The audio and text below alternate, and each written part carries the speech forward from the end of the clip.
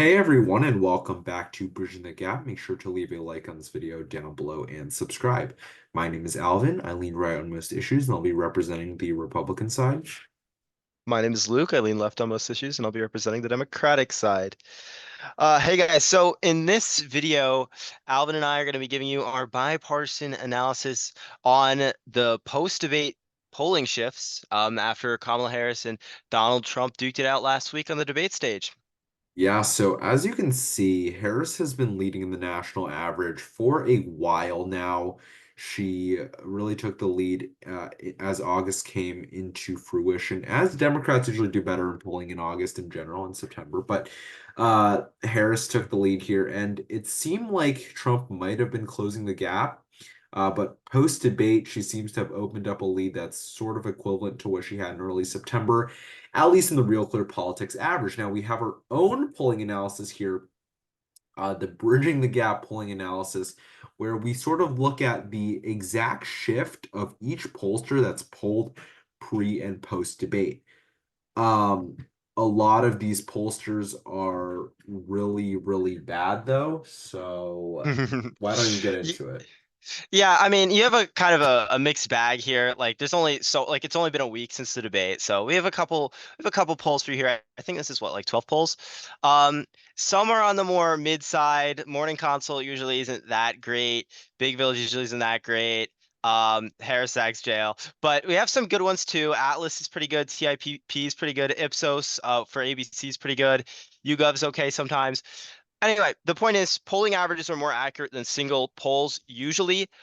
So we have a nice average here of, and as you can see on the right hand side of the screen, the average shift for the debate, like we averaged it all up, and we find that the debate, comparing polls pre and post debate, the same pollster from the same pollster, we find a 1.5 shift in favor of Kamala Harris coming out of the debate.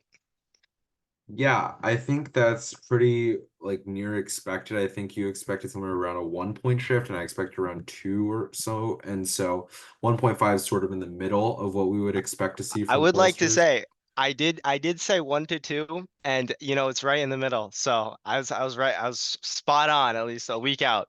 So I'm pretty proud of that. Yeah. So I don't know. I think as you see more polls, I think it's going to shift actually closer to 2 to 3, which is my initial prediction. I think a lot of these pollsters are kind of bad, so you shouldn't really read that much into it. But the average does move, and that is important. Did you point out the asterisks here or Oh no, no? I have not. So yeah, the two polls with the asterisks here, Atlas and Harris. The reason I marked them is because they're pre-debate polls, like the first number you see there, the -2 for the Atlas and the -2 for the Harris X. Like that those indicate Trump leading. Those polls I marked them just because their pre-debate polls were done like a long time ago. Those were from when Harris first got in, when she wasn't polling as great. Um, so yeah, like that the comparison's kind of over the span of like multiple months. Like it'd be what, like late July compared to September, like mid to late September where it is now. So yeah, I just wanted to point that out. But Yeah, generally, like yeah. even if you remove them, it's about the same. So yeah. Yeah, I see what you mean. I mean, also, I think really important column here is the debate shift column.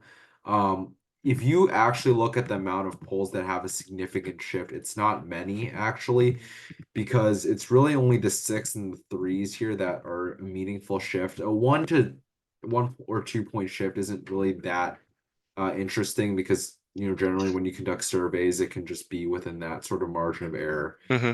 Um, and obviously, you see here a large, uh, basically clear majority in every poll except the Atlas poll has Harris winning the debate. It's actually Yeah. interesting. The Atlas poll, I've been seeing a lot of people talk about the Atlas poll just because I guess it's sort of just cope for the Republican side right now. In terms of how I guess maybe it's not cope because they were the most accurate in 2020 and potentially the most accurate poll in 2022 as well. They were off by what 0.3 in both cycles on the To be national fair, average. they only had the courage to do one poll in 2022. They didn't really poll any other races. So, I mean, we couldn't really measure them and their ability to poll other races outside the generic ballot in that one. I feel like True. they're still a bit untested. But yes, you're right. They were incredibly accurate in the 2 years that they did poll. Yeah, and yeah, because they were very accurate in the states as well in 2020, but as you said in 2022, they didn't do any statewide polls, but their generic ballot was also spot on. And so that's sort of good because you have pollsters, more Democrat leaning or mainstream pollsters, you could say that were more accurate in 2022, but sucked in 2020, as you know. Then you have the Republican leaning pollsters that their only claim to fame is 2020, but their 2022 numbers are horrible. So Hmm. that's good from them. Um, and also look at how much this shift would have mattered because 1.5% is sort of an arbitrary number. You can't really talk about how much that shifts. I mean, you know, I would say maybe 3 to 5% of the population right now is actually undecided. I think very few people are actually undecided. And it's really a turnout operation at this point. But if you look at the map here, yes, Joe Biden won the popular vote by, 4 or 5 points, but Biden was also leading a lot more in the national polling. However, you can see a ton of these states were won by less than 1.5 Yeah. percent. Wisconsin, Pennsylvania, Georgia, and Arizona in And North particular. Carolina too. Yeah. Oh, and North Carolina that I didn't even look at were within 1.5%. So this shift could be very noticeable. I think any type of event can be noticeable.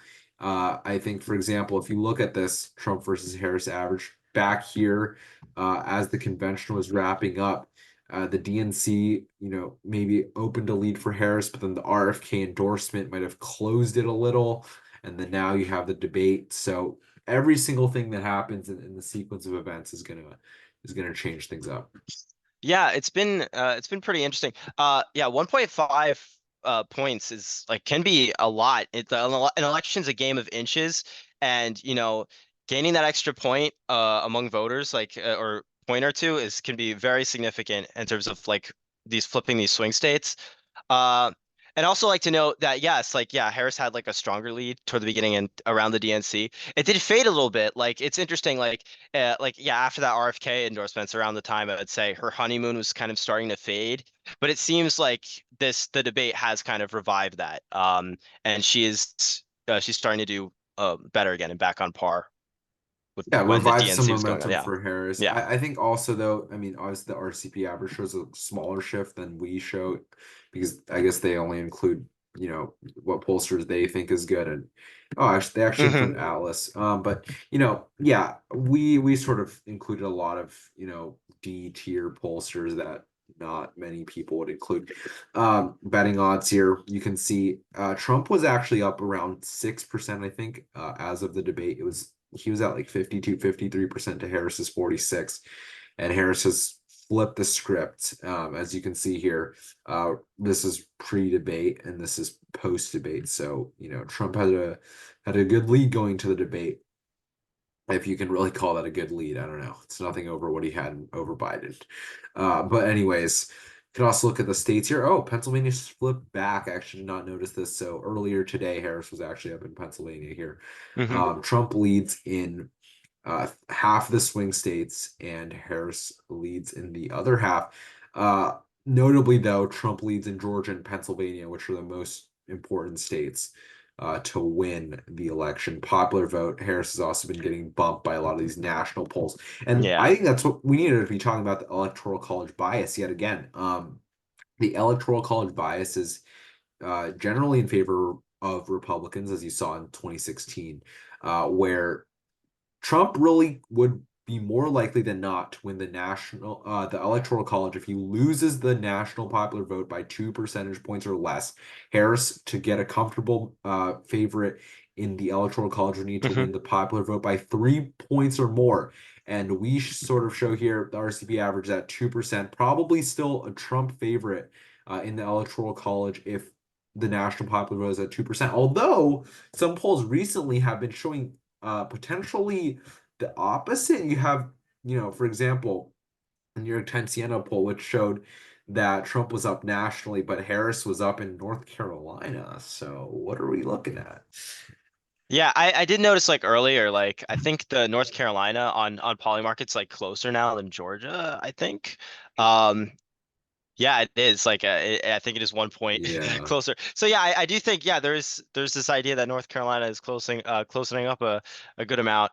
So yeah, that's interesting to see all this play out. But yeah, definitely seems like the debate helped Harris more than it hurt. Yeah. Yeah, that's for sure. I think it definitely helped Harris and didn't help Trump. To what extent it helped Harris, we shall have to see in the future. Quick little video for you guys here with the debate shifts, just so you guys are filled in. So to all the MAGA haters in our comment section, Harris definitely won that debate, and that's that's that. So any last words? I think we pretty much covered everything. All right, well, thanks for watching, everyone. Make sure to leave a like on this video down below. Comment down below what you think will be the eventual lead for Harris in another week or so. Let's see if she expands this lead or if it goes down. And hey, we'll see what happens. Hmm.